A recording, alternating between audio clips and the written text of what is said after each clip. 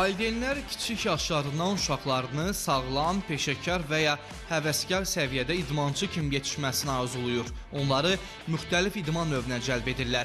Uşaqların idmanla məşğul olması üçün yaş, fiziki göstərici, həvəs və düzgün idman növünün seçilməsi mütləqdir. Hazırda az yaşlı uşaqlar, xüsusilə də oğlanlar daha çox boksa, karateyə, judoya, bir sözlə döyüş növlərinə meyl edirlər. Övladlarının bu istəyini yerinə yetirən valideynlər də onların yaşından, fiziki sağlamlığından asılı olmayaraq uşaqları həmin idman növlərinə yazdırırlar. Lakin düzgün edilməyən məşq ciddi fəsadlara yol aça bilər. Qızlar isə daha çox gimnastika, voleybol, basketbol, üzgüçülük, şahmat və digər bu kimi idman növlərinə istiqamətlendirilir. Bəzən idman növünü valideynlər öz arzu və istəklərinə görə seçdiyindən uşaqlar ya həvəssiz məşğul olur, ya da ən əsası balacaların səhhətində müəyyən problemlər yaranır.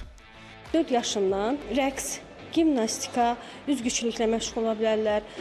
Daha yuxarı yaşlarından, hardasa 5-7 yaşlarından etibarən futbol, basketbol, voleybol kimi idman növlərlə məşğul ola bilərlər.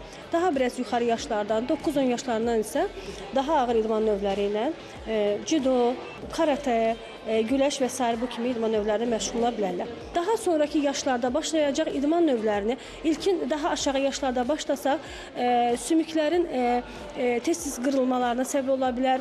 İdmana başlamazdan əvvəl uşaqların həkim müayinəsindən keçirilməsi mütləqdir. Müayinə zamanı hər hansı xəstəlik aşkarlanarsa, bu zaman belə uşaqlar həkim məsləhəti ilə uyğun idman növünə yönləndirilir.